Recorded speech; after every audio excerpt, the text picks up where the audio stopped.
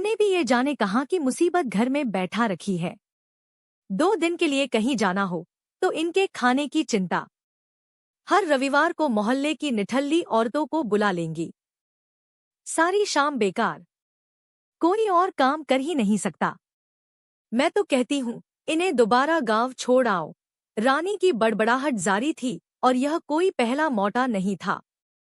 अक्सर बिस्तर पर जाने से पहले रानी यूं ही बड़बड़ाती और रवि उसकी बातों को सुनी अनसुनी करके सो जाता।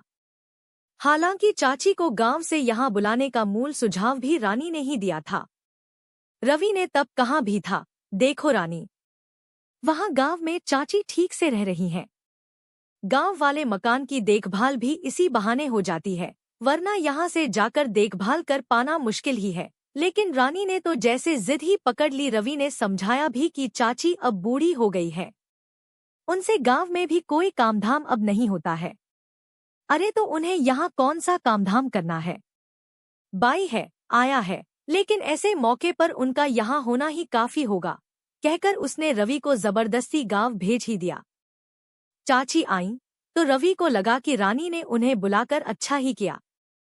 चाची थी भी बड़ी सीधी सादी। 2 वक्त की रोटी के अलावा मोहल्ले की 2-4 औरतों के साथ मिलकर कुछ भजन कीर्तन करने के अलावा उनकी अपनी कोई जरूरत ही न थी। मुन्नी के होने पर तो सारी सारी रात जागती रहीं। सचमुच चाची न होती तो दिब्बत तो होती ही, लेकिन वही चाची अब रानी को फूटी आंख नहीं सुहाती है। जब देखो एक ही रट, चाची को गांव भेज दो, वापस भेज दो, सोचता हुआ रवि जाने कब सो गया। दूसरे दिन खाने के बाद रवि से जब रानी ने फिर वही सवाल दोहराया तो रवि चिढ़ गया। आखिर चाची को तुम क्यों वापस गांव भेजना चाहती हो? देखो, चाची की अब कोई जरूरत तो है नहीं, बेकार खर्चा भी बढ़ता है और उनसे अब कुछ होता भी तो नहीं है। मैं मुन्ने को संभालूं कि चाची की देखभाल करूं, रानी ने कहा। अच्छा सोचूंगा, कहकर रवि फिर सो गया। आज रविवार था। रवि ऑफिस के काम से 2 दिन से बाहर गया हुआ था। रानी सुबह से ही घर को सेट करने में लगी हुई थी। मुन्नी चाची के पास थी तभी बाहर का दरवाजा किसी ने खटखटाया। इस समय कौन होगा, सोचते हुए रानी ने जाकर दरवाजा खोला। अरे रामदीन, तुम इतने सवेरे सवेरे? बीबी जी साहब ने कई दिन पहले कहा था कि लॉन को संवारना है। आज छुट्टी थी, सोचा आज काम पूरा कर दूं। अच्छा हुआ तुम आ गए। मैं सोच भी रही थी कि रामदीन के पास लगता है अब हमारे घर के लिए समय ही नहीं बचा। नहीं बीबी जी, ऐसा न कहें। अब क्या है कि जब से मुनुआ की अम्मा खत्म हुई है, जरा घर की जिम्मेदारी बढ़ गई है। बातें करते करते दोनों लॉन में आ गए। देखो रामदीन, एक तो यह घास बहुत बढ़ गई है और मैं देख लूंगा, कहते हुए रामदीन ने कमीज उतारी और खुरपी लेकर बैठ गया। अच्छा रामदीन, तुम काम करो, तब तक मैं चाय बना कर लाती हूँ, कहकर रानी फिर कमरे में आ गई। काम करते करते कब दोपहर हो गई, रानी को पता ही नहीं लगा। बीबी जी, आकर देख लीजिए और जो कमी हो बताइए। रामदीन की आवाज आई तो रानी को होश आया कि काम करते करते काफी समय गुजर गया। लॉन सचमुच नया लग रहा था। रामदीन सचमुच मन लगाकर काम करता है। सारी घास जो इधर उधर निकल आई थी साफ हो गई थी, फालतू डालियां छांट दी गई थी, गुलाब के पेड़ के चारों ओर क्यारियां बना दी गई थी। वाह रामदीन, तुमने तो इस जंगल को सचमुच देखने दिखाने लायक बना दिया। रानी के स्वर में प्रसन्नता झलक आई। अरे बीबी जी, मैंने क्या किया है? रामदीन को अपनी प्रशंसा सुनकर संकोच हुआ। रानी एक एक पौधे को ध्यान से देख रही थी। गेंदे के पौधे में अभी फूल लगे नहीं थे, लेकिन लगता था कि इन जाड़ों में इन पर इतने फूल आएंगे कि सारा लॉन ही खिल उठेगा। यह तुरई की बेल भी लगता है इस बार फलेगी। टमाटर के पेड़ के पौधों की बाढ़ भी ठीक नजर आ रही थी। रामदीन, यह किसका पौधा है? ये गुलमोहर है बीबी जी, लॉन काफी बड़ा था। सचमुच रामदीन ने मेहनत की थी। अरे रामदीन, तुमने इस पेड़ को फिर छोड़ दिया। 3 साल से देख रही हूँ, न तो इस पर फूल आते हैं, न ही फल, बस जगह घेरे यूं ही खड़ा रहता है। पिछली बार भी तुमसे कहा था कि इसे काट दो, लेकिन तुमने तब भी इसे ऐसे ही छोड़ दिया था और इस बार भी तुमने छोड़ दिया। रानी की आंखों में लॉन के कोने वाला पेड़ फिर खटका।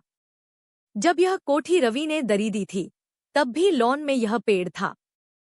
तभी रानी ने सोचा था कि बाद में इस पुराने पेड़ को कटवा देंगे। बिना फल-फूल देने वाले इस पेड़ की आखिर जरूरत ही क्या है। लेकिन उस समय रह गया और आज फिर रामदीन ने इसे छोड़ दिया। काट तो देता बीबी जी, लेकिन मेहनत ज्यादा लगती। क्यों? रानी ने रामदीन की बात बीच में ही काट दी। हम लोग गांव के लोग हैं बीबी जी।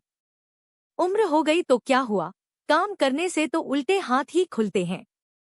हम मेहनत से जी नहीं चुराते हैं, लेकिन बीबी जी, सच तो यह है कि इस पेड़ को काटने को मेरा मन ही नहीं हुआ। मैंने कुल्हाड़ी उठाई भी थी, लेकिन ऐसे लगा जैसे इसी पेड़ ने मेरा हाथ पकड़ लिया। मुझे यूं लगा कि पेड़ अभी बोलेगा और कहेगा कि पुराना हूं तो क्या हुआ, माना कि फल फूल नहीं देता, लेकिन इस बगीचे में फैले बाकी पौधों को और इस लॉन को तो धूप से बचाता हूं। और फिर मेरी अब उम्र भी कितनी बची है, 2-4 साल में तो ऊपर वाला बुध ही मुझे बुला लेगा। बस बीबी जी, मेरा हाथ वहीं का वहीं रुक गया। मुझे लगा कि जैसे हमारे घर परिवार में बड़े बूढ़े होते हैं ना, जिन्हें हम अपने पर बोझ समझते हैं, लेकिन जाने अनजाने वे हमारा कितना भला करते हैं, हमें पता ही नहीं चलता। वैसे ही इस लॉन में फैले परिवार का बड़ा बूढ़ा यह पेड़ है। तभी खट की आवाज हुई और रामदीन की बात आधी ही रह गई। किसी बच्चे ने अमरूद के पेड़ से अमरूद गिराने के लिए पत्थर फेंका था, जो आकर उसी पेड़ में पत्तियों के बीच उलझ गया।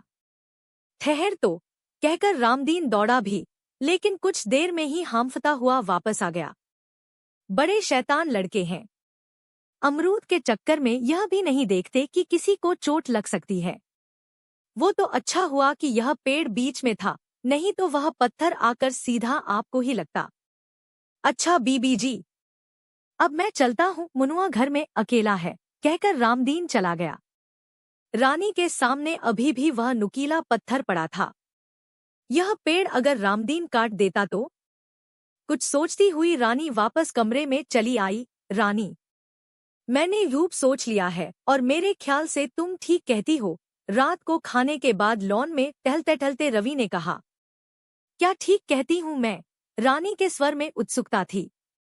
यही कि चाची को गांव छोड़ आना ही ठीक रहेगा। मैं अगले रविवार को ही गांव जाऊंगा और चाची को भी साथ ले जाऊंगा, रवि ने जैसे फैसला सुनाते हुए कहा। तुम्हें गांव जाना है तो जाओ, लेकिन चाची को ले जाने की कोई जरूरत नहीं है। चाची यही ठीक है, कहते हुए रानी ने अपनी आंखें उसी पुराने पेड़ पर गड़ा दी और रवि आश्चर्यभरी नजरों से उसे देखता ही रह गया।